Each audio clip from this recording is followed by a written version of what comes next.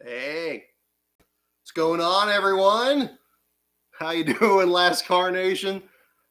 This is, unbelievably, Brock Beard from LastCar.info coming at you on Halloween. Happy Halloween, everyone out there.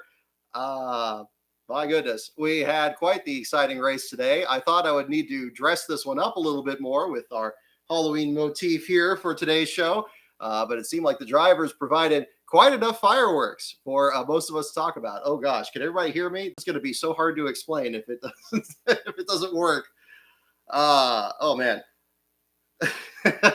What a race. Absolutely. So unofficially, your winner, Alex Bowman, yet again pulling off a dramatic upset victory here today in Martinsville. This time not among the playoff contenders. Denny Hamlin is none too happy about how he was raced.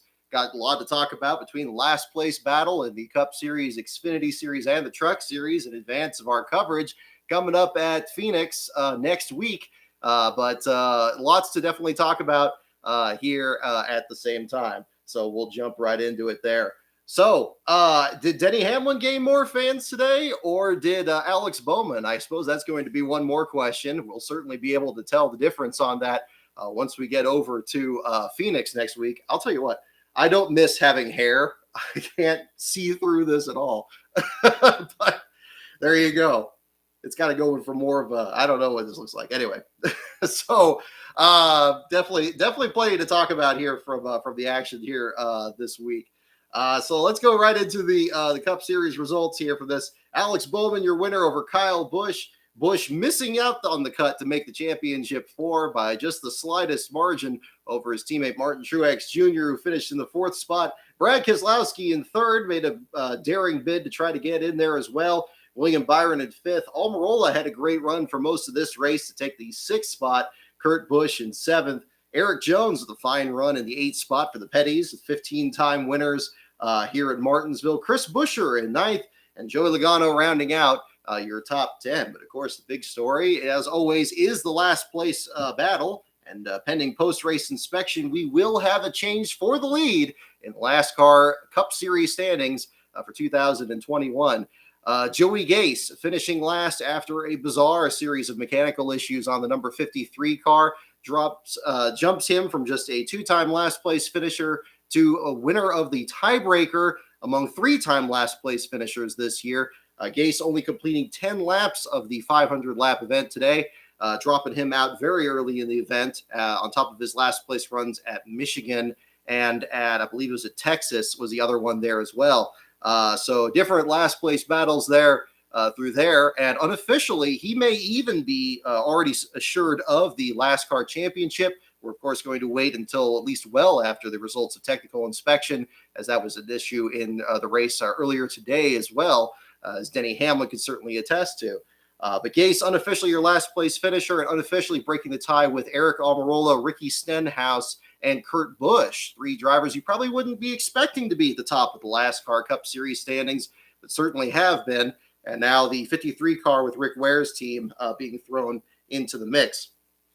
Timmy Hill, a lot of heartbreak there, battling in the top 25 during the race. That was really exciting to see out of the number 66 team there, but still finishing back in the order there at 37th after the engine let go. Ryan Preece had all kinds of mechanical issues that put him in the garage around the same time the 53 did. Got back out there and then brought out one of those last cautions with what looked to be a flat left front tire. Perhaps was an indication of any more mechanical issues there as that dropped him out. Josh Bilicki in the Mummy car had all kinds of issues there with the driver Quinn Houff in 34th. And of course, one of the many controversies from today's race had to be the 5-lap penalty that was handed to Quinn Houff there, the 00 car for Starcom Racing, as they come down to the stretch there. Quinn getting into the 52 car and spitting him out. NASCAR not happy about that after it created a potentially dangerous situation, at least in their eyes, with the safety truck that was behind the two vehicles at the time of the incident.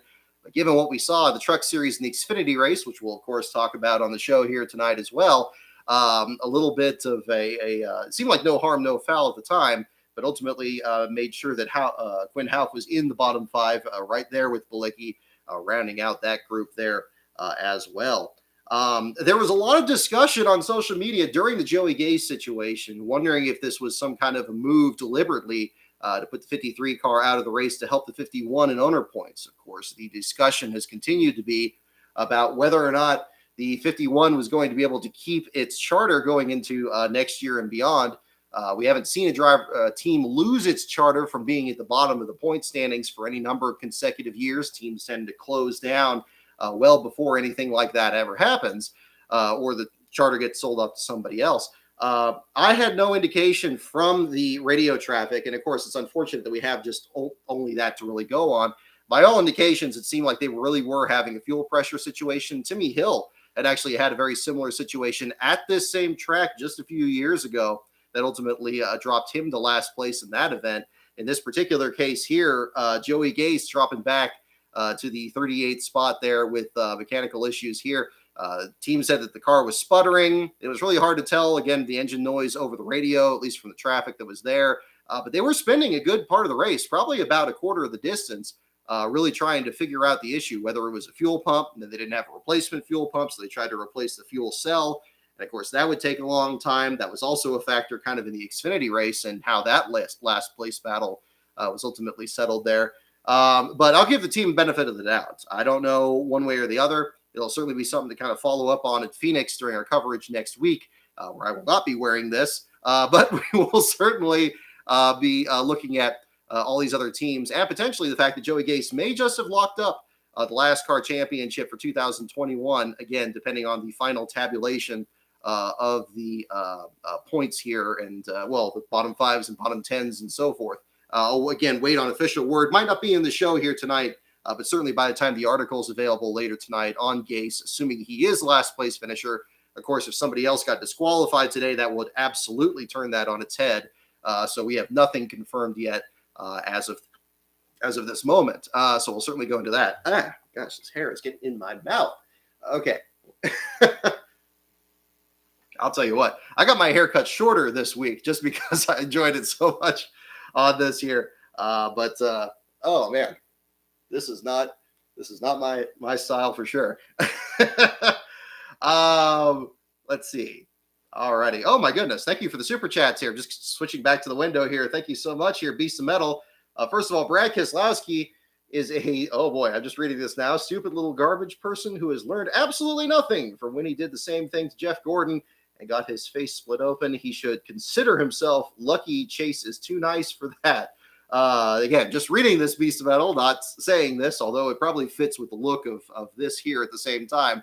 I definitely a lot of the controversies this weekend seem to revolve around the issue of a lack of respect, a lack of decorum, if you will, between the different drivers who just race each other hard, but race each other clean. Stock car racing has always had this extra element where you've been able to run into other drivers out there without causing too much serious damage to your car and prevent yourself from competing. It's really ingrained in the history of the sport. But is all contact really created equal? Well, not really from what you saw in the race today. Certainly Quinn Houff and the issue with Josh Bilicki can attest to it. And then even after that, the one with Ryan Newman and Ross Chastain after their little bit of a tangle there. The two of them bouncing off of each other at the same time. And then, of course, the stakes increase that much more when you now have a playoff system where you are literally looking to bump out other drivers from the championship, even at the very last second. And NASCAR purposefully putting this Martinsville race here in such a spot where you really have an opportunity to, bump somebody out of the way or wreck somebody without it not being too serious of an incident if it happened at a track like Talladega or Daytona or Texas or one of those other venues out there. Certainly in this case here, it's an unfortunate deal for both of them. I'd like to say that it was just hard racing in both the case between Keselowski and Elliott and between Alex Bowman and Denny Hamlin. But the problem is, in both cases, it seemed like both times the attacking car was pushing well up the track. And now there's a couple of different ways you can look at that. You could say that at the one hand, it's Martinsville. Brake fade is very normal to the point that everybody's constantly, losing power or losing brakes and dropping out of the lineup there very quickly. Or it could be a situation where the driver just simply overdrives the corner, doesn't care if he has enough brakes, and is just taking the other person out. It seemed like I have a hard time believing Keselowski would wreck somebody deliberately these days. I think he has kind of calmed down quite a bit since kind of the era that you're looking at, Beast of Metal there for sure. When he was earlier in his career and getting in, of course, the rivalry with Carl Edwards certainly comes to mind. Nowadays, it seems like, he's trying a different strategy, but of course, there's the other element of the fact that he's leaving Penske Racing at the end of this year. And as they mentioned in the broadcast, thus in a very different position from his teammates Ryan Blaney and Joey Logano in terms of how aggressive they can be. Does that excuse that in that sense? Again, I have a hard time believing he did something purposefully there. I think there was some fantastic racing between the two of them. I thought there was some fantastic racing also between Alex Bowman and Denny Hamlin. In that sense, I think, that it might have crossed the line, but if you excuse the pun, it's kind of splitting hairs at this point here. I think it's very hard to delineate one incident from the other these days because, as Parker Kligerman very eloquently put after the Truck Series race the other day to explain his incident with Johnny Sauter, all these drivers have a breaking point, and some may have a much higher point than others, but they all have one. It's not that you can train to not have one at all. And so, you're going to have drivers. You certainly don't want drivers retaliating against each other constantly, because then you're just going to have complete chaos. You're going to have just a demolition derby and nobody else is up there. I think the Truck Series race of all the events this weekend was probably the closest to coming to that point where it was just getting completely out of control. I think for most of this Cup race today, everybody was either lying in wait or just kind of setting up for it here. In such a case that it wasn't really that big of a deal. But again, I think it's really hard to fault any of these drivers for racing the way they are, understanding the fact that they're putting this point situation where every single time they have to just, where maybe in a season-long championship, they would try one thing a little differently than another. They just try to focus on consistency or anything else. But at every time, the points reset or reshuffle and everything, and then suddenly you could be a guy that won 2 races the previous round, and now you got to just scrap with everybody else. I don't know how these drivers have the mental fortitude to be able to do that these days. Yes, they are professionals, but at the same time, I think that's a whole lot to ask for them to be racing each other 100% cleanly, and then at the same time, just create this tantalizing situation where people are going to just be encouraged to really get over the top. Just like what NBC was putting up to advertise this race. I mean, it had all the greatest hits, the Matt Kenseth and Joey Logano thing. Even showing Timmy Hill's car catching fire at Martinsville a few years ago. The Joey Logano and Martin Truex battling each other to the finish line for a playoff spot. This is the very kind of product that they wanted to create. And I think that that's kind of the larger issue at play instead of just the smaller issue of, well, should this driver have done this there? This is the very kind of drama that NASCAR wanted, quite frankly. They wanted a situation where it says, oh, this driver's mad at this person. Just wait till next week when they get a chance to either exact their revenge or anything else of that nature. Certainly in the Cup Series side, Denny Hamlin made no secret of his frustrations with Alex Bowman. I think if anything went a little bit far, I think he was a bit harsh on Bowman himself and the fact, calling him, what was it, a scrub or something of that nature there, that he's driving for Hendrick Motorsports and not performing better than he has. The man has 4 wins this year. And on 2 of those occasions, he had to get it from Denny Hamlin. So, if that's a bad season, I hate to see what a terrible season would look like in that sense. Bowman himself, and again, not to go too far down this tangent here, has more than paid his dues, driving for teams that have featured on NASCAR very frequently over the number of years, whether it was Tommy Baldwin's team, BK Racing, or any of these other programs in between, thrown into a very tense situation where he got to be the relief driver for Dale Earnhardt Jr. in a very high-powered ride. And even under those circumstances, arriving at his home track in Phoenix, getting a pole there with said team, and then immediately going into where he's been since then, winning at very difficult tracks along the way too. Tracks like Richmond and Dover and Fontana are not tracks you can luck yourself into winning a race there. I think Denny Hamlin himself sometimes forgets how difficult things are for drivers working their way up the ranks and how much they have accomplished to get where they are. You think back to Indianapolis, where he believed in the useless wreck between the 96 team, which I think had Jeffrey Earnhardt in it at the time, and Landon Castle battling for position and wrecking at the very end of the Brickyard 400. Yes, it's a situation that has effects for the race winners, but you can't just ignore it and say that they're just racing for nothing.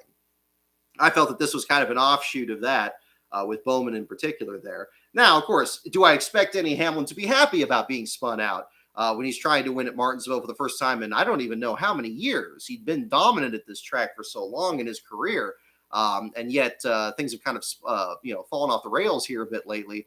With other drivers like even Brad Keselowski himself at times winning utterly dominant performances. And Chase Elliott's win, as controversial as I believe that was last year, is still worthy of regard as well for how many laps he led. Dominating these events has been kind of the strategy for a lot of these teams. Guys like Martin Truex Jr., once he figured out short tracks, have been frequent competitors up there. But as they mentioned again in the broadcast, and I'm giving a lot of credit to the broadcast in general for a couple of their performances this weekend. They brought up the fact that Denny Hamlin kind of has this David Pearson strategy where he doesn't necessarily go full tilt at the beginning, but he saves his equipment and gets up there at the end. That's a kind of strategy, but there's other strategies out there, and that's what makes the competition as enjoyable as it certainly is. Kins Schuler, thank you for your super chat as well. Hate the playoffs, but the drama is so suspenseful. Still wish we were doing season-long points racing, though. Great race regardless. I'd have to agree on that one. Again, I know that knowing that, when you're getting ready for Phoenix at the end of the year, that you're going to have 4 drivers set basically equal to compete for the championship, that they're going to basically, winner take all. I mean, literally winner take all. I mean, you just got to beat these other 3 guys and navigate the minefield of every other competitor out there. It's exciting to know that that's waiting at the end of the year, whether you have a relatively balanced season with multiple different winners like we had at the very beginning of this year, or a season where one driver just catches fire and wins 7 or 8 races at this point, as Kyle Larson has. This year has seen both, and through it all, Denny Hamlin and Kyle Larson have been the best of the bunch. I think it's very hard to argue that. And I'm thankful that under this point system, we now had a situation where both Denny Hamlin and Kyle Larson are going to be in the top 4. It's good that the top 2 drivers were able to get in there. I think there was a lot of machinery that had to be created in order to allow that to happen while still having these multiple rounds and playoff races and playoff points and all this ridiculous stuff out there that could have been accomplished even better, ironically, with the full season championship. People have been very clear in pointing out the fact that Hamlin and Larson would be practically tied for the top of the point standings had that not happened. But that's the situation that we're in right now. I'm hoping that, again, that the full season championship will come back. I think they're going to take the Coke Classic approach and just say this is playoff classic, where it's a full season thing and every race matters. I think that would be a great way to kind of capitalize on that. But performances like this and what we saw today are probably not going to cause that to happen anytime soon, quite frankly. So that's going to be kind of a difficult situation for everybody to deal with there.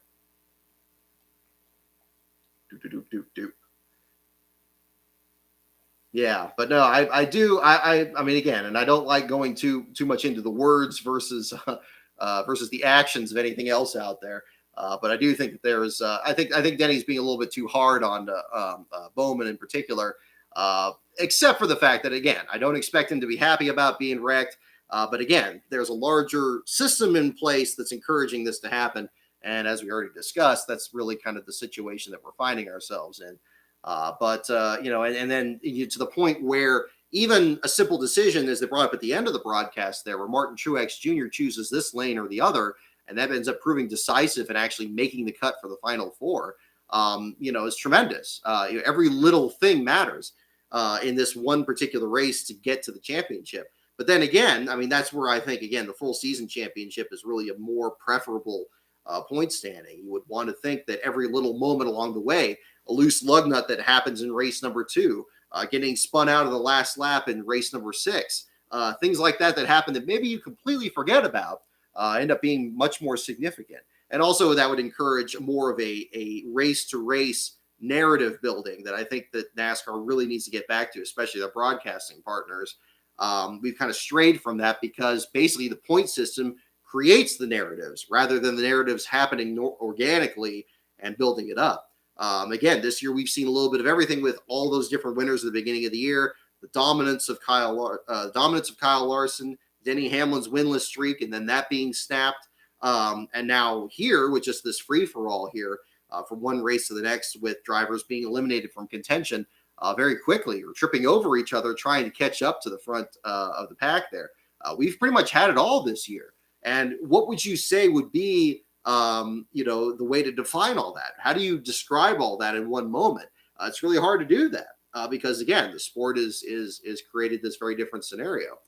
Is it going to be entirely captured in what happens next Sunday at Phoenix? Maybe. But if somebody unusual wins a championship, it's really hard to describe what that championship means. If Martin Truex Jr. just squeaks into the Final Four and walks away with the title, winning at the race that he won in the spring, what does that say for Kyle Larson's season? What does that say for Denny Hamlin's season? What does that say for anybody else? Like, oh, well, they had a good year. They just weren't good enough. I think it's even hard to even really say that. But I'm relieved that they're both in there, especially coming after last year where Kevin Harvick didn't make the championship round. Yes, he didn't have a very good car at Martinsville or basically that entire round of 8 after he hit the wall at Texas during the mist. But the didn't have a very good car at Phoenix either. But that's all in hindsight, at least being able to compete for it. And, the butterfly effect of all this that's easy to forget is that, look, you think the team would try one strategy versus another if they knew they were going to be locked in for the championship versus if they aren't.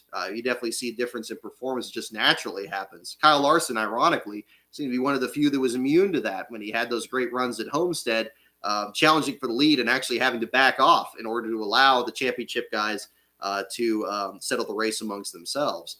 But that's going to be a completely different story as we get into Phoenix for the finale, a track that Larson has not won on.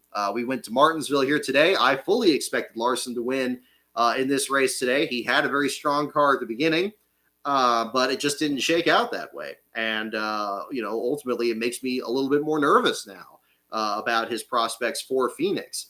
Even though, again, it's not one of his best tracks. If Martin Truex Jr. is much better there, and Denny Hamlin won it just a couple of years ago, and you got Chase Elliott, who won it as the champion last year. It seems almost ludicrous to even think about, but Kyle Larson almost seems like the underdog in that sense. And, when you have a championship 4, I guess one of those 4 still has to be a pretty accomplished driver. But in terms of Phoenix performances, that's going to be very, very different to look at there. So, we'll see what happens. I mean, I'm very excited to see how that goes. We're going to be heading out towards Phoenix this Thursday and begin our coverage out there. Got a couple of exciting things I'm working on between now and then, including our entry list storylines. Can't even see through my hair to point my fingers here. And also the last car clinch scenarios, assuming Joey Gase did not just lock up the Cup Series championship today. Xfinity and trucks are already looking to be settled next week in Phoenix. So we're at very least going to be having that with both of those very much up in the air. We'll jump into the Xfinity and the Truck Series discussion as we go along here too.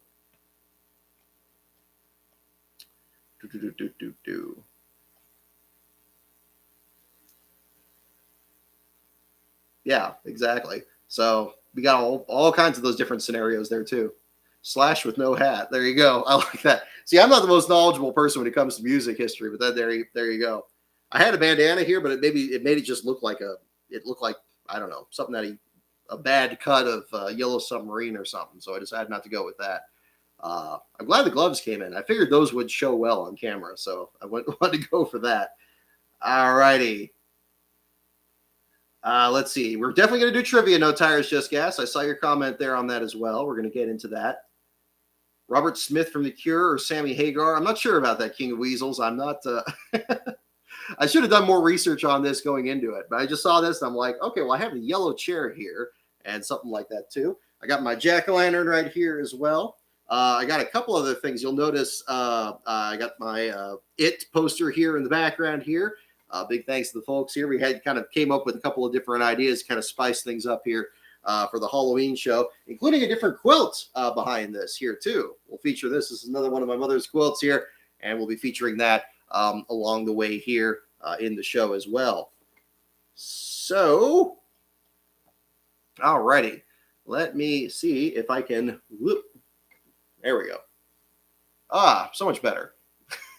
I figured also if this didn't communicate well, I figured I'd bring the microphone closer and just pass it off like a Howard Stern thing or something. Like that was kind of the backup idea. It was either going to be Howard Stern or Tommy Wiseau, because I wasn't sure how the wig would look. I forgot the thing with wigs is when you put one on, it has like that fishnet thing on it. So if you just try to put it on with that there, it looks like you have a jellyfish on your head. So you got to pull that thing off there. And it's like, oh, okay, now it looks like hair. Okay, cool. See, that's how inexperienced I am with hair. As I always tell people, I lost the privilege along the way. So that's kind of how that worked out. Let's go way back in time here to yesterday morning and talk about the Truck Series race here. And congratulations to Zane Smith on the victory in that one. I thought that was a fantastic story there. That'll be great to follow here at Phoenix this next week. Zane Smith there having so many struggles this year after he really had a breakout season last year with the GMS racing effort. But this year being shut out of victory lane, even in the West Series race at Sears Point, I was there when his car had a mechanical failure on the pace laps and ended up finishing in last place there. I really appreciate him talking to me after that happened, when I'm sure that was a very frustrating moment for him.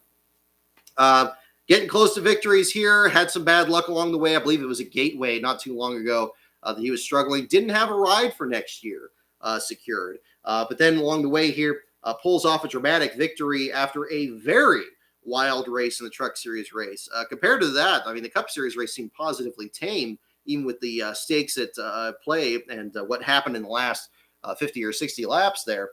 But Zane Smith taking the victory after Stuart Friesen spun out Todd Gilliland from the lead, a 3-wide battle coming off the corner. Friesen ends up spinning out, trying to block Friesen's advance, or Friesen trying to block Smith's advance to the apron. Smith comes out the other side under caution as the driver joining the championship with Matt Crafton and Ben Rhodes. And what was the other competitor? Sheldon Creed missed the cut. But then we had the other, what was the other one? Oh gosh, I'm already forgetting it already.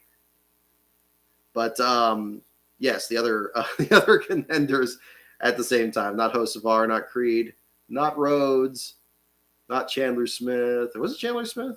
Yeah, Crafton and the others. So I'm sure everybody's screaming at their TVs right now. But yeah, so the final four there is being set for the Truck Series. John Hunter, Nemechek, thank you. Exactly. And that, of course, brings the other aspect of it, too, from the lack of respect shown for a lot of different competitors out there. Of course, the Quinn Houff incident, even that back early in the race, brought up memories of the Truck Series race with John Hunter Nemechek getting in the incident with Austin Wayne Self. Again, I think that, we are, again, the Truck Series have exactly the same point situation that we see out of the Cup Series. Very much a scenario where drivers are expected to be able to do crazier moves out there to try to compete with other competitors out there. But I think that kind of a bit of context out there where where Self ends up hooking into the number 4 there. I mean, I kind of got the sense from the moment there that both drivers were at fault. That was kind of my first thought there. It's unfortunate because John Hunter Nemechek's making this crazy bonsai move into turn 3. Makes some contact with Austin Wayne Self getting back up there. Self could seem to have the indication that he didn't even know he was there at the time, and unfortunately hooked the 4 into the outside wall. Self's interview seemed a bit more evasive. I think a lot of people pointed out the lack of eye contact and issues with that as well. Perhaps that was more purposeful along the way. Of course, Self was very knowledgeable that John Hunter had been bumping his rear bumper off in the first part of that lap there at the same time before that incident happened. So I had a hard time believing that he didn't know that other driver was there. But of course, it played out the same way. John Hunter almost taking last place in the race, but ultimately not in that particular case because we had other competitors at the back of the field there. Chase Purdy with rear gear trouble there, dropping him out of the event very early in the race again, 33 laps in. Different mechanical failures that we usually expect. You expect brake problems being the big issue. At Martinsville, rear gears make me think more of road courses. But of course, both ends of Martinsville is just that turn 11 at Sears Point. So I guess there's some crossover with that. But Chase Purdy, your last place finisher. John Hunter Nemechek next to last. Not happy, but at least happy to be in the final 4, of course. Colby Howard, Corey Roper, and Jennifer Jo Cobb rounding out the bottom 5. Looking through the pack here. Amidst all the chaos that happened at the end of the race there, It looked at first that Timmy Hill was going to be finishing in the 11th spot, but still finished in 10th. It looked like Parker Kligerman was in the top 5. He ended up showing in the 6th spot after starting at the back of the field. And as I mentioned a little bit, or I guess I just touched on it earlier, Kligerman being very open about the fact that he had contact with Johnny Sauter and felt that he was being disrespected out there and had to return the favor there, ultimately wrecking the 13 truck out of the race. And Kligerman going on to finally getting a good run for the first time in a while there. He's been running Martinsville since 2011 there for one team or another. And now, of course, Charlie Henderson's team based very close to that area as well. Good to see him get a good performance out there, reminiscent of his top 5 at Watkins Glen with the fast hoodie deal there too. So it's good to see him get some more runs out there. Hopefully something more happens for him in one series or another next year. I'm not sure exactly what his plans are, but I'm sure they're still coming together at this moment. And that's another thing that people are going to have in mind going forward from there. Also got to make sure to mention Chris Hacker finishing in the 16th spot. He was your last place finisher not long ago back at Las Vegas, and had some discussion from that back then. This, I believe, only his 3rd or 4th start. For him to keep his nose clean there and finish in the 16th spot. He kind of poked fun at himself a bit on social media, showing his truck with wheels taken off, kind of looking like the truck was just completely used up. But all things considered, considering how much damage we saw in a lot of other competitors out there, including Timmy Hill and others, certainly good to see getting a decent finish out of that. Other drivers, of course, not so happy.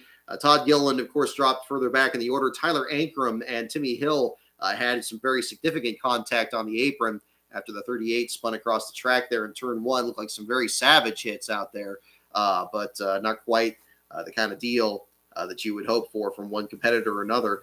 Tanner Gray and Taylor Gray both getting into the top 10 there. Tanner in the 3rd spot, Taylor in the 8th position. Corey Heim just outside the top 10 for Kyle Busch Motorsports, finishing in the 11th spot there. Chris Wright with a decent run. Danny Bone had the driver's side door kicked in, finishing 14th. Heartbreaker for Carson Hocevar, finishing the 12th spot. I know Hocevar is certainly bummed not making the Final 4, but he has nothing to hang his head down about.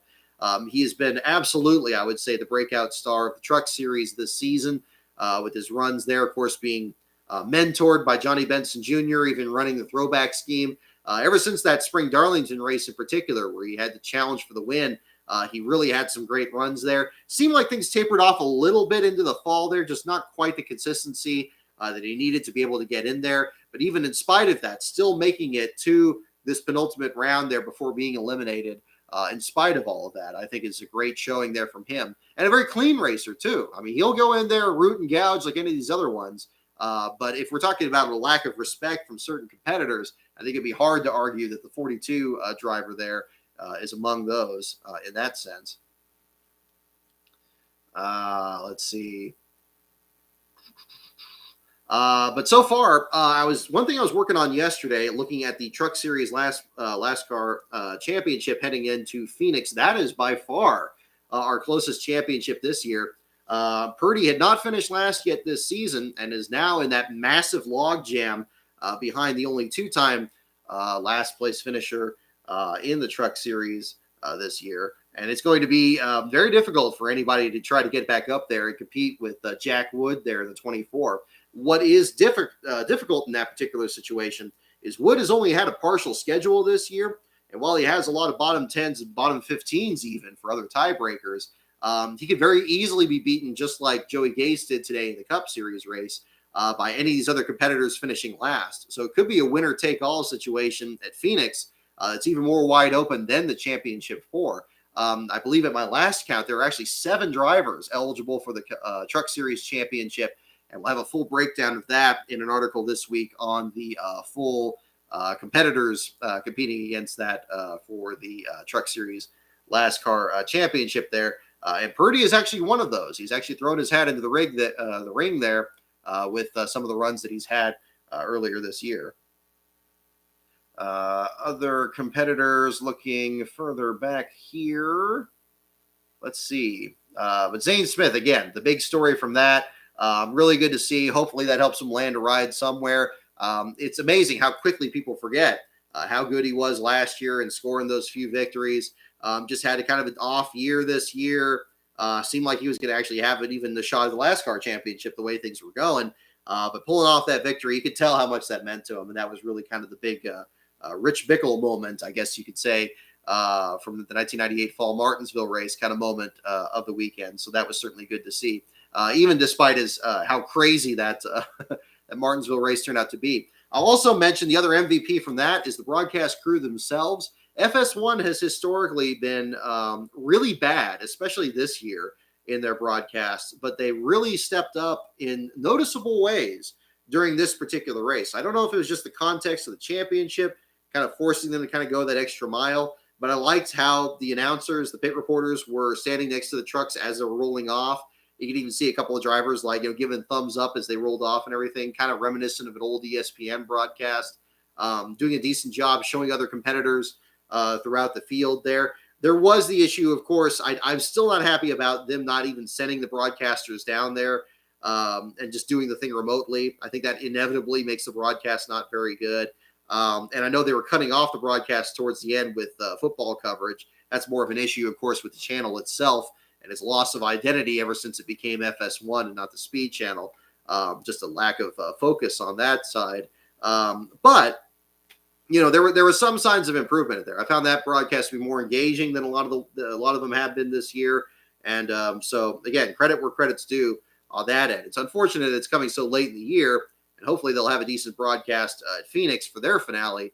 But that remains to be seen, of course, at this point. So we'll get into the Xfinity Series race here as well. Noah Gragson, the tale of all these different winners this weekend. Surprises abound. Noah Gragson shotgunning a beer from fans as he claimed the victory here in this. Almost went away in the final couple corners there when he overdrove turns 3 and 4. Austin Cindric came up alongside him there, the defending Xfinity Series champion, but couldn't quite get around him. And Gragson pulled off the victory to punch his ticket into the championship 4. So kudos to him as well. Looking further back here, Tommy Joe Martins ended up being the unfortunate last car story from this. And again, much like in the other races this weekend, decided very early in the race. His after only just 36 laps out there. Big thanks to Tommy for retweeting the article posted last night there about his last place run there. Again, it's very easy to just look at these results in isolation and say, oh, well, this person just had a problem. They didn't even try to fix it, or maybe they start and parked or something like that. Certainly with Tommy Joe Martin's situation, absolutely wasn't the case. Had a rear gear issue. We're trying to pull the gear back out, seeing if they can get back out there and log some laps before the finish of the race. A very fast race, mind you, there with just 250 scheduled laps. Ultimately, they tried to get a gear from another team. They couldn't obtain that one because that team wanted to hang on to it in case they needed it. Again, it seemed to be a consistent issue from all these programs this weekend. Ultimately, we were able to land one from JD Motorsports, but I didn't hear any indication that they actually got the old gear out of the number 44 car. Unfortunately, the issues continued on, and by this point, the race was about halfway over. And JD Motorsports ultimately, I guess, got their gear back. And also got the tires. They actually sold their tires back to JD Motorsports there after that fact there. So the 44 car out of the race early. The first last place finish for the now rebranded Alpha Prime Racing and former Martins Motorsports effort. Last time Tommy Joe Martins actually finished last in an Xfinity race was back in 2018 during our coverage during the book signing for the J.D. McDuffie book at Watkins Glen. That was back when he drove for B.J. McLeod and had a brake failure going into turn 10 and hit the outside wall there. This under very different circumstances. And I felt that that was a good opportunity in the article to really discuss that, about how much, even in just these last couple years with Martins Motorsports, how much that team has progressed, how they've improved on the sponsorship front, and now taking this next step with drivers like Cesar Baccarella and Rajat Karuth that I think are going to have a lot of success next year. Building on that, and still having Martins in the mix too. I think maybe him as a part-time driver, maybe preferring to run certain venues over in others, or that kind of fact. Maybe that'll help him going forward. Certainly, we saw him get so close to winning that stage back at Richmond earlier this year. Unfortunately, lap traffic became a factor. In fact, it was our driver that almost could have locked up the NASCAR Xfinity Series championship the other day. That was David Starr. Starr actually had, I think, a decent finish there in the 24th spot there, driving for Motorsports Business Management. Starr was going to be the only driver who could lock up the championship. In the Xfinity Series side of that title, the title is much closer in that sense. There's only 4 drivers within contention for the last place finish. And unlike the Truck Series, which has some different contingencies because the field is so tight together, the Xfinity Series, it's basically if any of these other 3 drivers finish last, they get it no matter where Starr finishes. This will be broken down again a bit more in an article later this week. Among those competitors are Bailey Curry, Gray Galding, and I'm trying to remember the other competitor out there as well. I know you had the 15, you had the 74. Let's see here. Was it Jefferson? No, it wasn't him. We'll get that pulled up here too. But very tight competition there at the back of the pack there. And it's going to be very interesting to see who, if anybody, could actually pull off the NASCAR championship there at the same time. But it's going to be very tight, and we're certainly going to find out next week in Phoenix if any of those other competitors can beat David Starr. And if they do not, Starr will be assured the NASCAR Xfinity Series championship. So stay tuned for more information on that as well. So let's see. Oh, you're actually at the track this weekend, Sir R. Right on. Hope you had a good time. I'm sure the crowd certainly seemed very lively there at the same time. Beast of Metal, thank you for your super chat there as well.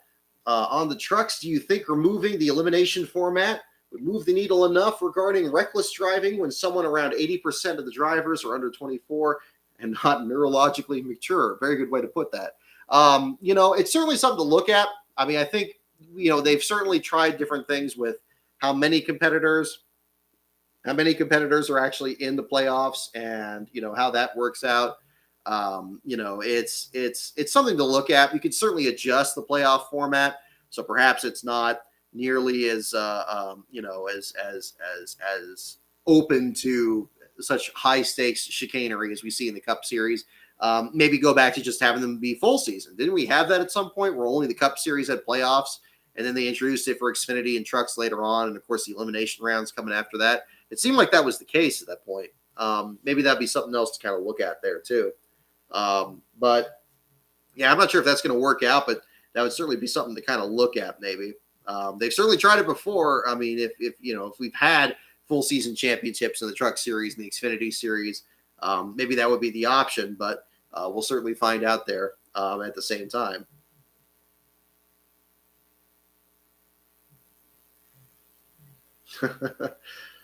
All right.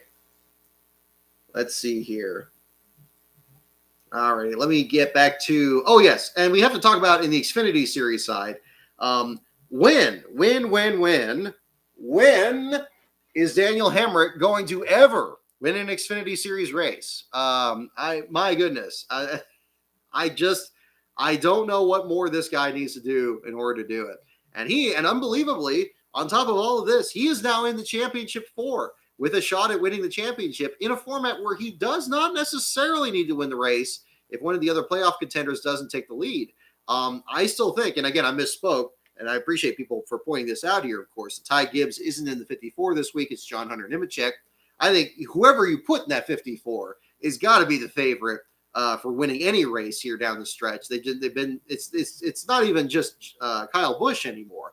Now you get guys like Christopher Bell pulling off that win in New Hampshire. You got Ty Gibbs, who has completely had his feet under him this year, being as fast as he's been. And I'm sure John Hunter will be exactly the same in that sense. I think he's going to be one of the favorites to look at for the win. Championship be damned. And I think that's going to be the situation there. And if that's the case, maybe Hamrick could finish second and just take the championship that way. It would be incredible if he somehow found a way to win his first race by winning the championship. It seems almost for all the struggles he's gone through, that would be something he'd earned at this point. But as we know in motorsports, nobody earns anything. You can have Mark Martin should have a ton of championships if that were the case. But unfortunately, raw numbers, raw speed, and just raw luck, frankly, are situations that can just eliminate drivers from contention at any one point or another. But it would be a heck of a story now, wouldn't it? That's something we'll certainly be looking at this next week here. But Cindric, Hamrick, Sam Mayer, great job by him. I thought Mayer was toast for sure with that right front damage. It seemed like people were not coming back from damage nearly as well in the Cup Series race today. Certainly Ryan Blaney could attest to that. But in the Xfinity race there, Mayer pulling off a little bit of Harry Gant moves there and getting back up through the field there, finishing in the 4th spot. Kudos to him. Alex LeBay just on the outside of that there in the 8th spot. Josh Williams in 11th. Landon Castle now back-to-back runs that are solid after he had so much miserable luck with mechanical failures there for a stretch there late in the fall. Good to see things turn around. Colin Garrett, a good 14th place run for Sam Hunt's team. J.J. Yaley, another top 20 for the Rick Ware SS Greenlight Racing effort there, finishing in the 16th spot, 1 spot ahead of Jay Buford. One I didn't mention in the article, Preston Pardis, his oval track NASCAR debut. The Spec Miata champion there, having a great run there, finishing in the 18th spot after starting 38th on the grid and having a spin with Ryan Vargas in the very opening laps. Good to see Pardis run well. I think that's a driver that I hope gets even more starts next year, whether it's with DGM Racing or any other program out there. I think he's a very interesting talent to watch, and hopefully things will certainly turn out for him coming up there. Another one I didn't mention, but other people had, was Akinori Orgata, finishing in the 26th spot there. Great run for Ogata there, and also great job getting some exposure from the NBC cameras there. I think when there's been some discussion about this, of course, last week, about drivers not getting enough attention out there, I'm not saying you stop everything and don't talk about playoff guys at all, and then for the rest of the broadcast talk about small teams. Certainly not. But even just a momentary thing like what NBC did with Ogata, I thought was a great effort, and it turned out to happen on a night where he was having a great run out there, and hopefully the sponsor enjoyed getting some exposure there too. And that's sometimes just as simple as that. And there's a lot of fat that can be trimmed from this to allow opportunities for drivers and teams to be featured. And maybe that'll be something that gets looked at further down the line here as well. Mike Harmon returning to the driver's seat there. Not having exactly the best of runs, much like what happened with Joey Gase. Harmon had all kinds of mechanical issues in the opening laps, even from the very start where the engine didn't seem to fire up very well. The team was telling him that the engine was probably going to be kind of flat at the start, but then would pick up once it got some heat into it. Unfortunately, at that point, then the power steering was going out and all kinds of problems there. They had an overheating issue, which they thought was just a faulty gauge. Going behind the wall at least, I think they went behind the wall at least twice there at that point. Tommy Joe Martin's team was actually kind of surprised that Harmon was even in the car. They didn't even hear about him taking the wheel of the 74 there. And then, of course, he rolled into the garage there, probably around the exact same area there. But 74 finishing 39th there after running last for most of the opening stages there, finishing next to last in the lineup. Michael Annett, hate that they had that terrible crash there. And this leads to yet another controversy from the entire weekend. And that, of course, leads us to the discussion of Spencer Boyd. We've seen underfunded teams with old tires really try to get into the mix, even in these championship rounds. And you have to understand that at the end of the year, it's not just the championship that's happening. Certainly that's the primary area of focus.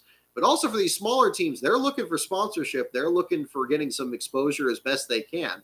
Now, I know people are saying, well, hey, why didn't they do this earlier? Maybe the opportunity didn't present itself. Certainly at Jimmy Means Racing, they've had all kinds of mechanical failures that have dropped them either laps down in the early stages without practice or qualifying, or just haven't had a car that's been fast enough to actually get up there, whether it's tire strategy or taking the wave around or anything else. But in Spencer Boyd's case, they were able to get up there and actually inherit the lead at one point. And even after that first restart, the other aspect that doesn't get talked about is the fact that he only dropped about the 6th spot there on that very brief restart there. He could have dropped much further back or, put himself in the wall or something else there. And I think that's still a testament to Boyd there at the same time. I also maintain that this particular incident that collected Michael Annett and Jeb Burton wasn't even particularly his fault. I think it still would have happened, in fact, if Boyd wasn't there on the far outside. Who goes 3 wide off of turn 2, knowing that it's going to be pinching down to a narrow single groove there at the same time, especially Riley Herbst, who had stuck his nose between Jeb Burton and the other competitor, Michael Annett, there on the inside, and ultimately hooked Annett and started the accident from there. Boyd was so far ahead of that at the point that he actually got spun just from the contact from Annett spinning out there at that moment there too. Is there a situation where the lack of respect issue needs to extend to other drivers that are trying to get exposure out there the best they can, or trying to work tire strategy to get up there. That's where I'm kind of two minds of that too. I think, frankly, there was nothing that Boyd did particularly wrong in that particular case. People were really kind of aggressive about that. Lap traffic is something you're never going to get rid of. And other teams trying to capitalize on tire strategy is also something you're not going to get rid of. Who's to say it could have been another team out there that was like a top flight team that decided to stay out in old tires, and they would have just jammed up the pack there too. Now, there are some tracks where maybe that's not a particularly big issue. A place like Michigan or even Phoenix, drivers can fan out and just completely absorb that driver, and they drop back in the lineup and are never to be seen from again. But in Martinsville, the opportunities for drop kicking a driver like that are a little bit tougher, although not impossible. We certainly saw a good share of that in the Cup Series race here too. Lap traffic's never going to go away. These competitors that are trying to stay up there one way or the other are not going to go away. You can have every car out there, be a JR Motorsports or a Penske or a Gibbs, and there's still going to be one car that's that much further off the pace that's probably going to be up there and trying to take, run old tires and be a factor in that sense. Now, obviously this also conjures memories of the championship race at Homestead a few years ago, the one that ultimately handed Daniel Suarez the championship that year. The situation, I believe it was with Cole Witt, when he was driving for TriStar Motorsports, stayed out front, held up the outside line.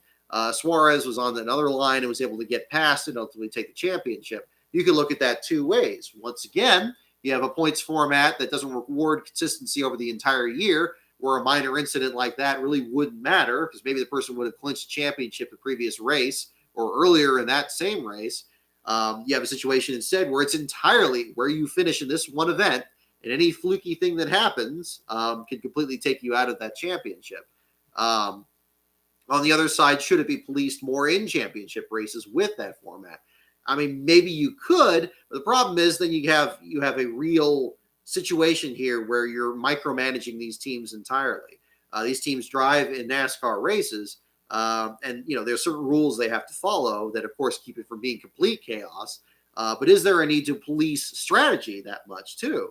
I think that's kind of a slippery slope. I think you could have a situation where, okay, they're going to start policing this and that and everything else. There's already such tight frameworks to even get these cars out there to begin with, much less get them practiced or qualified or anything else. I think that would be a very difficult situation. I think the best thing that these competitors can do is really try to just work their own strategy. If you have the choose cone and you don't like the fact that this guy's up there, well, then you probably aren't going to want to start in that line. Now you can choose a different line. And if that line puts you back, 6 spots further than you were going to if you just lined up behind the other guy, well, then that's one thing. Or you can pick it more, if you have a faster and thus more maneuverable car, you should be able to get around that guy too. Even if it is at Martinsville or something like that. It's unfortunate. And the other problem is, and we see this, whether it's a lap car that gets in the way of a championship guy, just in the middle of traffic or on a restart or coming to pit road or anything like that, that can happen to anybody. I think the biggest overarching problem I have with these kinds of debates is that the leaders aren't special. They're not their own separate class. If they were, we would just have a championship race between just those 4 people and forget everybody else. But the fact is, the entire race isn't just about them. They may be the star attraction, but everybody else out there is competing for something else as well. Think of Richard Petty in his retirement season in 1992. In a perfect world, he would have won that race, or he would have been able to get out there and have the car back in one piece. But racing is unpredictable. And thus, on that big wreck on the front straightaway, you got the nose of the car caved in, and they had to spend the rest of the race trying to get it back out there. That's racing. And it's not fair. You can't legislate fairness into it that much more, especially if you have teams that have more money and more resources and teams with less money and less resources. Teams that are on that lower end, they're going to try different things to get a best run that they can get. And they don't have necessarily control if that suddenly puts them up front or if it just restarts them 12th and nobody talks about them. Everybody had that opportunity, and they have it too. And it's a great equalizer. Just like I don't think lap traffic should be black flagged, off of the track. As long as they're reaching minimum speed, I think that's a common sense limitation. But anything else beyond that, I think, is just over policing this. So this is just yet another example in all this. It's not a new debate. It's just the latest chapter in all this. But we'll see how that all shakes out. But that's definitely my aspect there too. Mr. Antiant, thank you for your super chat there as well. Just joined. Great outfit, Brock. Thank you. Why was Denny so upset when he was into the Final Four anyway? Hamlin has a maturity issue, but I love entertainment. Very good question. Denny Hamlin is an interesting figure in the sport. He's still, he's probably, you could say, the best driver out there in the Cup Series that hasn't won a championship yet. We've had drivers like this before. Guys like, you mentioned Mark Martin, mentioned competitors like that. But yeah, he's on to the Final Four. And, it was good to the team to actually remind him of that when he was approaching the 48 during his burnouts. That was kind of an unusual, almost a Days of Thunder level moment about to start there. It was, Denny's already on to the next round. He can win the championship next week, and that just be the end of it. I think Denny would be best to not let this stick in his mind too much, because that reminds me of back in 2010, where he ran out of fuel in Phoenix for the penultimate round, but still, I believe he still either had the point lead or he was within striking distance of Jimmy Johnson, and then had a bad qualifying run at Homestead, tried to drive up through the field, spun out into the grass, bent the splitter on the front of his car, wasn't a factor the rest of the day. Jimmy Johnson gets his fifth straight championship. I know in the past, especially after that particular incident, he's been, consulting sports psychologists. I think that's a great strategy, just like any of these other competitors do. I think a lot more of them do than we even hear about. So much of competitive athletics is mental, and I would agree with that. But I think that's a different situation where, I think he's really advanced, in these years since then. But again, maybe it's not going to be that much clearer for him until he finally does win the championship. Hopefully this may be the year. But he's going to really have his work cut out for him with Kyle Larson being as tough as he is. And now, of course, getting Truex and Chase Elliott into the mix. I think I'm not going to pretend to understand what's going on with Denny Hamlin and his strategy. And I'm not going to say he should be okay with what happened today. Absolutely not. He had that race won. It was very close to the finish there. And, Alex Bowman was racing him very hard. And I think that was what it was. It was hard racing. I don't think it was as blatant as even Parker Kligerman's thing with Johnny Sauter the other day. But yeah, if you're already on to the championship four, and I'm sure by now he already realizes that, it's just kind of keep it in perspective. Okay, you want to win another grandfather clock. I get that. That's cool. It's a great trophy, definitely. And it's his home track. You can look at that too. That in Richmond, of course. So he's looking at that. There's a lot of moving parts going on here. And I think that, things to be maybe not sensitive to, but aware of. Again, the war is next week, and, we'll see how that plays out. Now it could just be that this is just the first salvo in that battle. I'm sure, that's the way NBC is going to be promoting it, in these next few days here, but that'll be a story for another time for sure. Yeah, good to see Mike Harmon back out there in the Xfinity race, though, and apparently continuing to run a lot of races. I think it was since '78 they said he had made at least one national touring series start each year for that long. So I mean, kudos to him for that, for keeping that going. So that was really good to see. I thought for sure Larson was going to win 4 in a row, because it would have been fascinating to see if he could get 5 in a row by winning the championship. I thought that would have been a tremendous amount of pressure on top of it there. But I guess things can only be so good. Bizarre that it was pit road speeding that caught him in this particular case, twice in fact. But in spite of the fact that he hasn't won at Martinsville, I didn't think that was going to be a problem. He'd been terrible at Texas. Kyle Larson had for years. He'd been featured on the Nascar articles for a few of those, I recall. And then finally got a good, he won the All-Star race not long ago. And then this time around having a good, a good performance there in the 500-mile race. So, but it's on to the next one. And of course, he's looking towards that too. So, yeah. All righty. So I think that's most of the truck, Xfinity, and Cup stories there. We talked a little bit about the John Hunter Nemechek accident, but yeah, that's just unfortunate. I think that was more of a racing deal than some of these. But again, I know the interview with Austin Wayne Self was a little interesting. And kudos to Bob Pockrass. Of course, you can count Bob for a lot of things, but getting that interview there after the race there, that was good to see. I wish I could have got that with Chris Wright after the Las Vegas accident that he had with Tyler Hill. I didn't realize he was that was the situation there at the time, but crazy stuff there. Let's see here. Okay. I mentioned Michael Bonnett. I talked about him a little bit there with the accident. Of course, I mean, I hate to see him get wrecked in one of his last races as a full-timer in the Xfinity Series. Of course, his schedule ended up getting rolled back due to injuries this year. But Bonnett finishing in the 38th spot, gets to run that paint scheme one more time next week at Phoenix. Jeb Burton and Brandon Brown rounding out the bottom 5 there. Bailey Curry, again, one of the last car Xfinity Series contenders, finishing just outside the bottom 5 in the 35th spot. So we'll have that too. If you guys have any other questions from the races this weekend or any other questions from all of that, definitely let me know in the chat. I'm just going to open this in the meantime. And we'll do some trivia here and everything else along the way.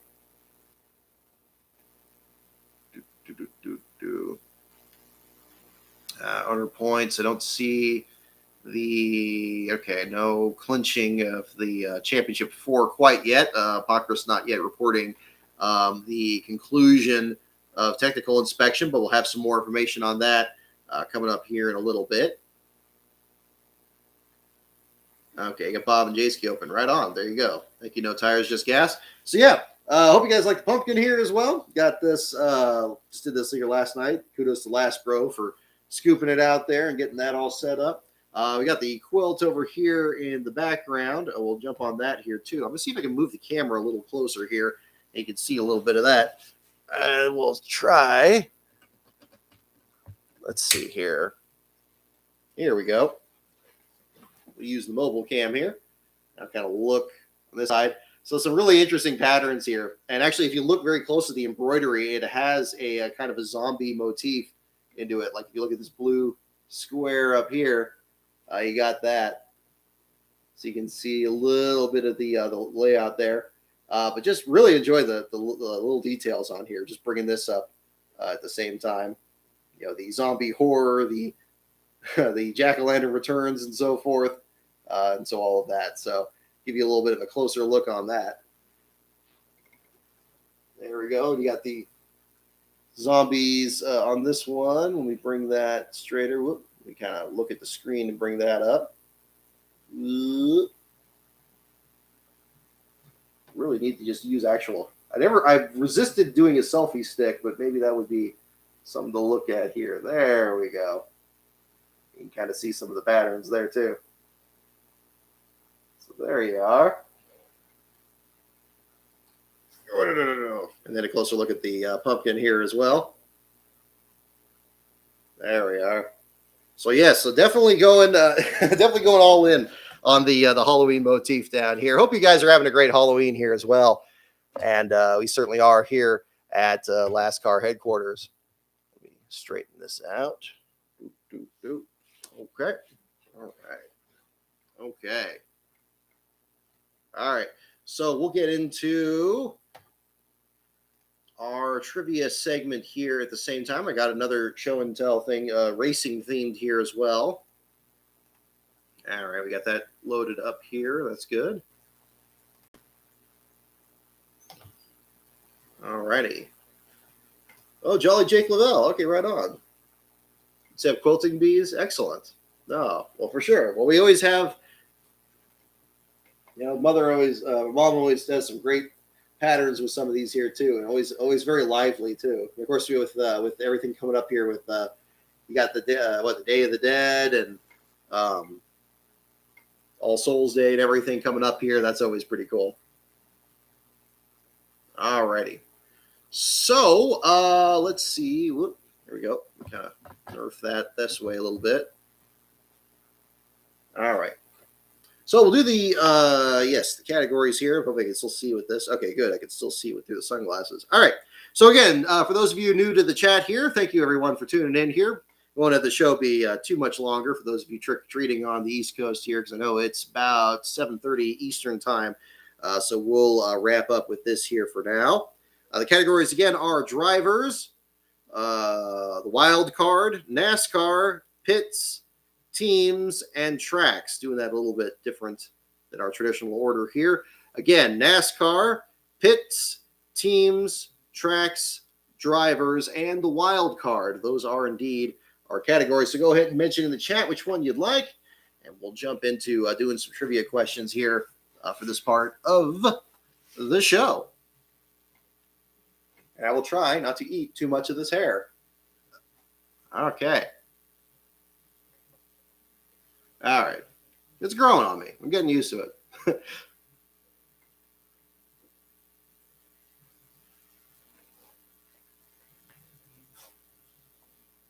All righty.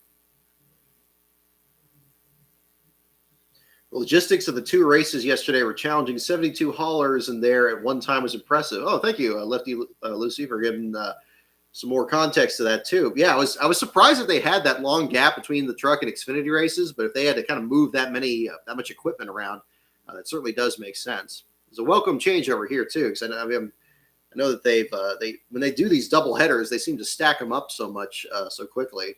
But yeah, I bet that was a real challenge over there. Here's our show and tell segment here. So kind of hitching on to the Sam Mayer run the other day. Of course, those more long-term fans of the sport maybe remember either Dale Earnhardt Jr.'s run at Martinsville in 2006, or of course the OG. That would be Harry Gant in the Skoal Oldsmobile that in 1991 had some right front damage after contact with, I believe it was Rusty Wallace, spinning out, battling for the lead, and coming back to win his fourth straight race. No four straight for Kyle Larson today, but I figured on the anniversary of that, which happened in September of 1991, get a look here at this mug here with a Skoal Oldsmobile in the bottom of it there. Really like the detail that they did on that, and not like the old Racing Champions ones where they didn't put the tobacco sponsorship on there, but actually getting kind of the numbers right, and the Oldsmobile Cutlass body design there too as well. Something you definitely don't see as much there too. But here we go. Okay, kind of a good side view on that there as well. But definitely want to bring this mug out here for the show here for this one for Martinsville. This being from the Racing Collectibles Club of America, or the RCCA. Harry Gant number 33 collector's mug on there. So yeah, there you go. Kind of look at it from the top view there. I like that. This is something that needs to make a comeback too. I mean, if they're going to make other diecast things, it'd be very easy to do one of these perma-sealed mugs and then just put like, a more current driver in there and have an actual victory circle there in the bottom. I just think it's a really interesting design there too. So we got that there too. Tobacco sponsorship on a beer mug makes sense. Exactly. Yeah. It's just, this is how logical the sport was at that point there too. It's just like, yeah, this is a good idea. Let's go ahead and do that. All right. Yeah, it does take forever with inspection. Well, especially with the Championship 4 decided here. It's definitely going to be a big part of that. All righty. Tracks are leading with 6. Wild card with 3. Pits, only other category with a vote. Polls are still open. Okay, we'll go ahead and close the polls then there, Beast of Metal. Thank you for keeping track of that. We'll do some tracks questions here for our show here tonight and wrap up our Halloween performance here for today. Hope you guys have enjoyed it for sure. I know I certainly have. It's pretend I have hair for a bit, but I am looking forward to taking this thing off. Alrighty, here we go. First question in the tracks category. Where did Neil Bonnett post his first ever NASCAR Winston Cup victory? Where did Neil Bonnett post his first ever NASCAR Winston Cup victory? It's official? Wow, that was quick.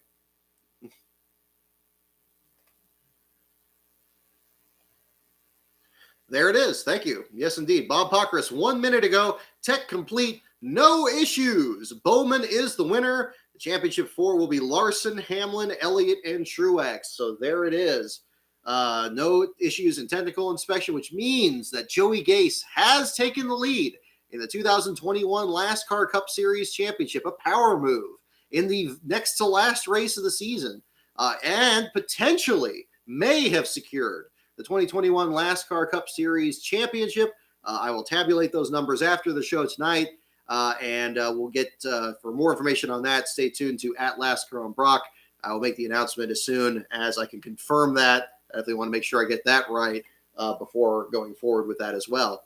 But looking very good for Joey Gase, potentially locking up NASCAR Championship with one race to go and taking the lead for the first time that he's had all year. So stay tuned on that.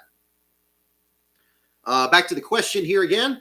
There it is. Where did Neil Bonnett post his first ever NASCAR Winston Cup victory is the question. That is the question. What is the answer? All right, you got Richmond, Casgralaland, North Wilkesboro, Rockingham, Richmond, Martinsville, Atlanta. Okay, good split in authority here. All righty. Where did Neil Bonnett post his first ever NASCAR Winston Cup victory? And the answer is Richmond. Richmond is indeed the correct answer. All right, Eric Banton, I think you were the first one on that one. Right on. So good for you. Yeah, I mean, I think the best thing Denny Hamlin could do is forget about that 48 car because that didn't work out for him too well in 2010. So, yeah. Alrighty. Let's see. Ooh, here we go. What track was the site of David Pearson's career win number 100? Read that one again. What track was the site of David Pearson's career win number 100?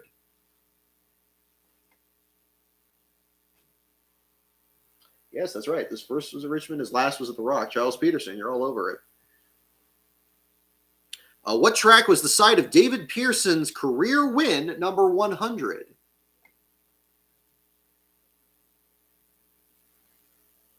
Oh, there we go. I forgot. We also got this back here. There you go. See the skull mug back there? Got that too. There we go. Alrighty.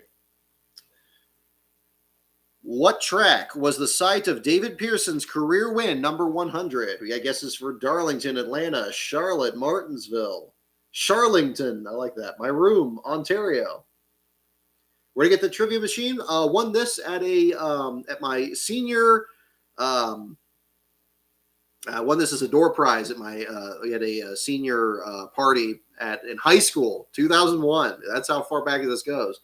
But you can find these just about anywhere on eBay. I think they go for pretty cheap, maybe like $10-15.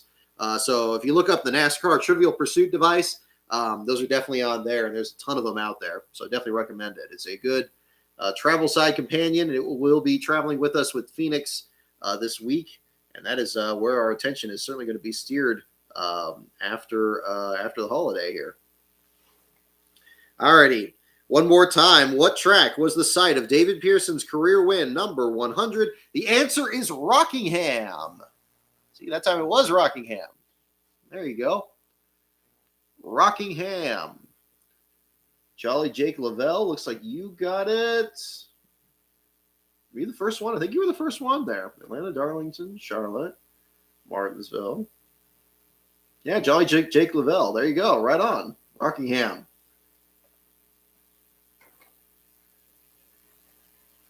All right. Right on. Okay. Next question. Here we go. How many times, actually, this is a good one. This is a perfect one for next week. How many times did Fords win NASCAR Winston Cup races at Phoenix from 1988 to 1996? So we're looking for a number here. How many times did Fords win Winston Cup races at Phoenix from 1988 to 1996?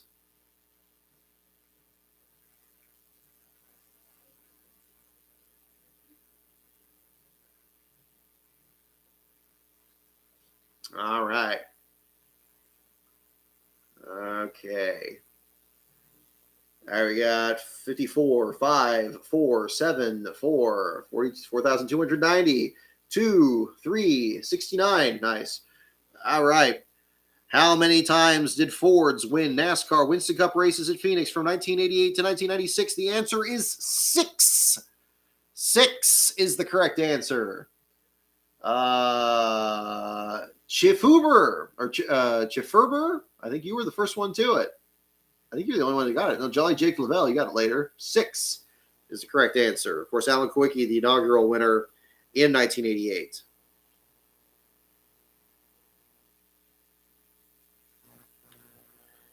All right.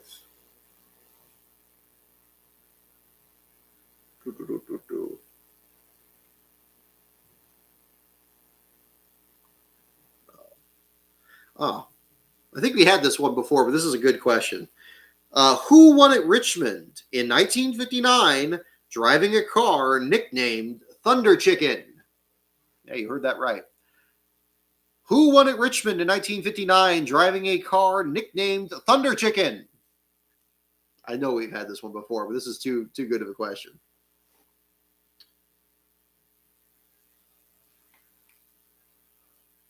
Who won at Richmond in 1959 driving a car nicknamed the Thunder Chicken?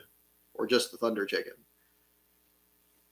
All right, we guesses for Curtis Turner, Richard Petty, Joe Weatherly, Skippy the Dog, Fireball Roberts, Joey Gase. There you go.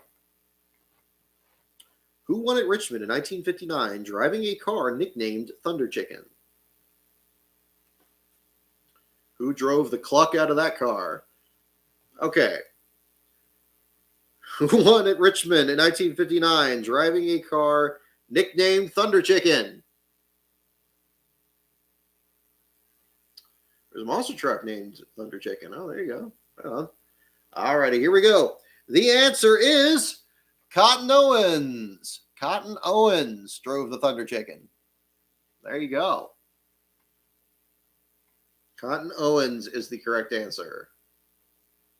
Yeah, that was a tricky one. That was a quirky one for Halloween. All right. Mike Harmon. Yeah, there's a good guess. Stroker Ace. Really liked, I don't know if I talked about the Kansas show last week, but I liked the Stroker Ace paint jobs. I thought that was a cool random idea for that race.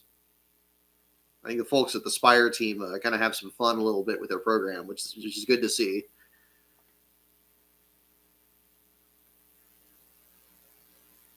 All right, here we go. Let's see.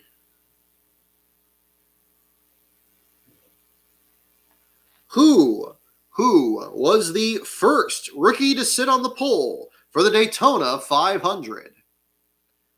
Who is the first rookie to sit on the pole for the Daytona 500? The first.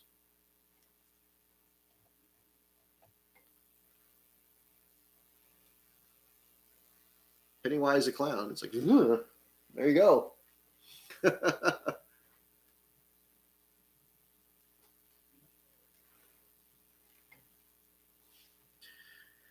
Alrighty. Who is the first rookie to sit on the pole at the Daytona 500? We got several guesses for Loy Allen. We got a Davey Allison. We got Taylor Swift. All right, you guys are too good. Of course, you got the answer. It is indeed Loy Allen. Loy Allen Jr. in the Hooters car. Absolutely. Did on Hoosier tires. That's correct. Yeah, Spurs Forever 321. These might go back a bit far into racing history, but you'll probably get some here that are still universal. So we'll see. Who was the first rookie to win the NASCAR Winston West Series? Who was the first rookie to win the NASCAR Winston West Series? I assume they mean the championship, not the first to win in a race. Who was the first rookie to win the NASCAR Winston West Series? I'm gonna let that one stew. That's a harder one there. Talk about more local divisions.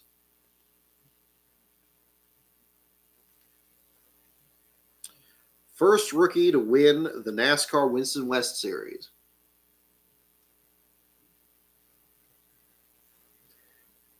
Alrighty. Yes, it's still coming in. I see some Hornadays. I see Jack Black, Fred Flintstone, Matty Ziegler, Herschel McGriff, Pavel Buknovic. Yeah, the Winston West Series. There you go.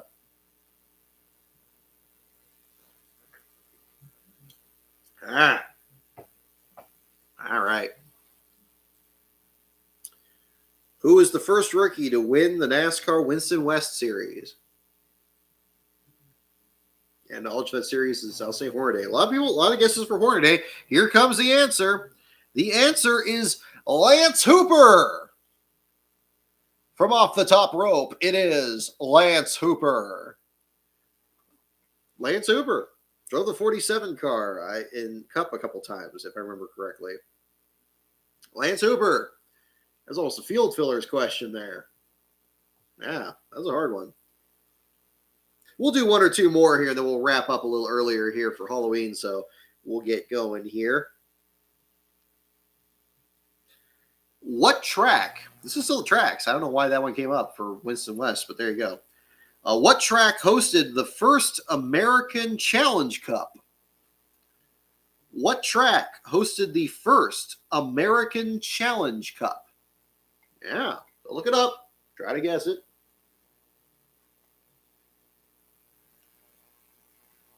Yeah, Hooper. Lance Hooper was the last one. Bushnovic. Is that it? Beast of Metal? Bushnovic? I see your phonetic pronunciation there. Thunderdome in Australia. There you go. There's some fun ones. Rainbow Road. All right, let me read this. What track hosted the first American Challenge Cup? The first American Challenge Cup. All righty. Yeah, I don't know. This is a good question. Okay, I see ones for Charlotte, Road Atlanta, Daytona, Thunderdome in Australia, IRP, Irwindale, Vegas, Watkins Glen. Throughout the Nev and pronounce it like never. Never. So it's Bushnevich. Bushnevich. That's a tricky one. Old Spice Speedway. There you go. All right, here we go. What track hosted the first American Challenge Cup? The answer is Daytona. Daytona is indeed the correct answer. Maserati 9, you were right on top of it. All righty. All righty, here we go. Last question for the evening. We'll just do one more here to wrap up. Last question for tonight. Here it is in the tracks category. What new track, new in the late 90s, boasts 71 corporate suites, 40 skyboxes, and 25 women's restrooms? What new track boasts 71 corporate suites, 40 skyboxes, and 25 women's restrooms? That is your question.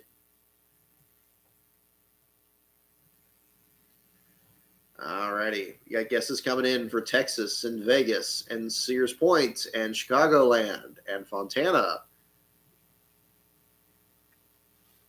I'm going to read it again here. What new track boasts 71 corporate suites, 40 skyboxes, and 25 women's restrooms?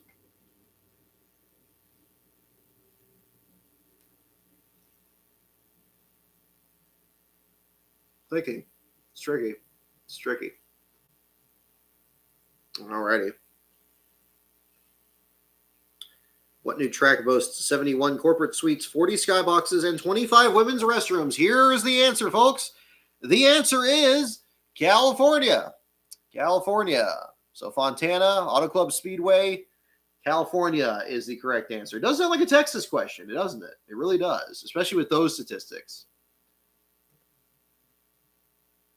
Yeah, a lot of those here. Who's the first one to get Fontana? Bean Boy 89. I think you were the first one on that.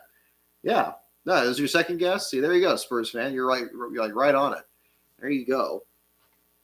Well, alrighty. Well, obviously, a very exciting time here. Not just the fact that you get to wear a silly costume here on air for Halloween, which of course is fun, but this very week is going to be very busy. We are heading to the Phoenix Raceway for covering the championship weekend. That will be the Truck Series, Xfinity Series, and the Cup Series action, as well as the ARCA. I guess the ARCA West Series concludes that weekend or thereabouts as well. I don't really have too much prepared on that one, but we'll certainly look into that as well. Just take in all the festivities. Big thanks to both NASCAR and the track facility there to invite us back. First time covering that action since 2019, and the first time first time for the championship race after, of course, the restrictions from last year. But very excited to get to work there and bring you guys some more coverage there. Trackside, stay tuned to @LascarOnBrock on Twitter for more updates throughout the week. Congratulations to Joey Gase, who potentially locked up the NASCAR Cup Series championship this week and is already assured now of the last place finish today for the third time this year, joining the tie for the lead there between the other competitors. Stay tuned for more content on LasCar.info this week. And if you're interested in some more bonus content, check out patreon.com/LascarOnBrock. If you'd also like to get your name on the magnet that will be on the door of a rental car as we drive down to Phoenix this Thursday.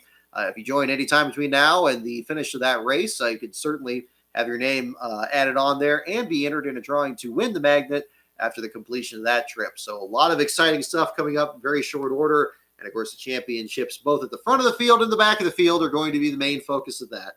So thank you so much again, everyone, for tuning in. Have a very happy and safe Halloween out there. And I'll see you. Well, I mean, our next show is probably going to be after we get back from Phoenix, unless we do something during the race weekend there. I'll have some more updates on that on the Twitter feed @LascarOnBrock, of course. Probably at the latest would be after we get back from the trip. So either Monday night or probably Tuesday, depending on how things shake out there. And we'll jump into the off season on both feet there. So thank you again, everyone, for watching. Have a wonderful evening, and we'll see you next time.